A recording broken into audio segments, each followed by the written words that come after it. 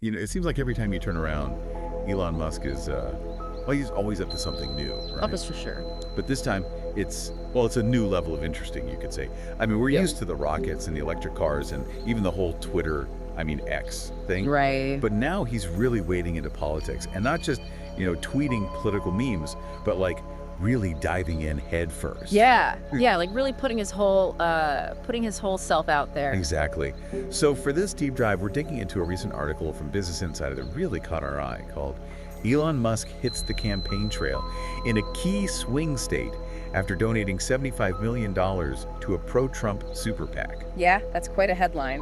Right. Yeah. And it kind of lays it all out there. Musk is going all in on the 2024 election. Specifically, he's backing Donald Trump. Yeah, and it's a lot more than just like retweeting or liking a post, you know? Oh yeah, way more. We're talking actively campaigning, and that huge donation, that $75 million to a pro-Trump super PAC. I mean, is that even possible? Well, yeah, it is, and it's actually a really important thing to understand about modern politics, campaign finance and all that.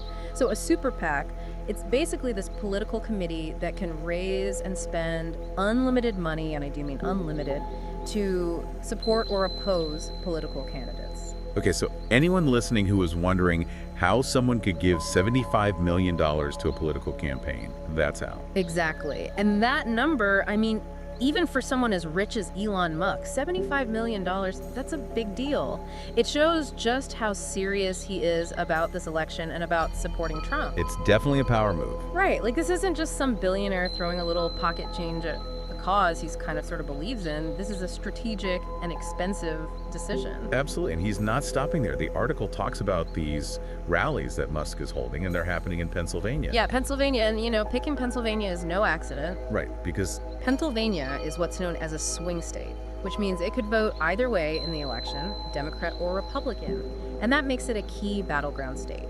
So the candidates, they spend a ton of time and money trying to win over voters in Pennsylvania. And it seems like Musk wants to use his influence there too. okay, that makes sense. Now, can we talk about these rallies for a second? Yeah. Because even the way he's organizing these events is, well, it's interesting, to say the least. Oh yeah, definitely.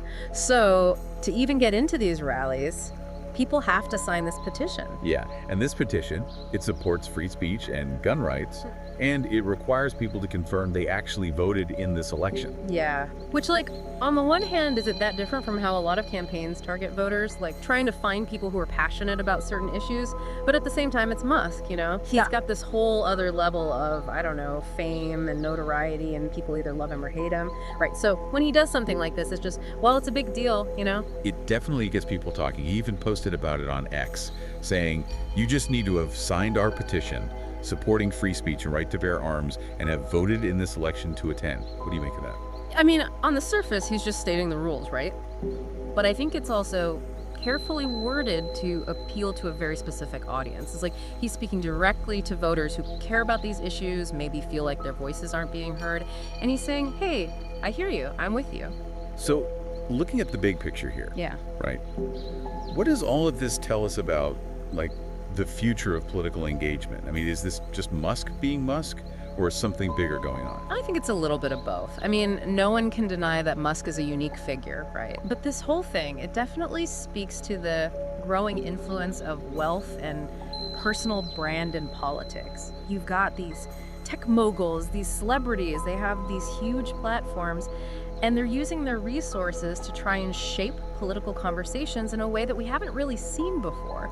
I mean, is this the new normal, that political campaigns will be driven by billionaires with huge online followings? I mean, it's something to think about, right? Definitely. It raises a lot of questions, like, could this backfire on Musk? I mean, he's got these companies, Tesla, SpaceX, and people who love those products, but maybe they don't agree with his politics. Could this hurt his businesses? Yeah, absolutely. It's a risk he's taking. And it kind of makes you wonder, will this start a trend? Like, are we going to see more wealthy individuals pouring their money into politics to support their chosen candidates? It's definitely a new era, and it's hard to predict where it's going to lead. It's a gamble, for sure. But one thing is certain, Elon Musk is making sure that everyone knows where he stands, and that his voice and his money are, well, they're making a difference in this election.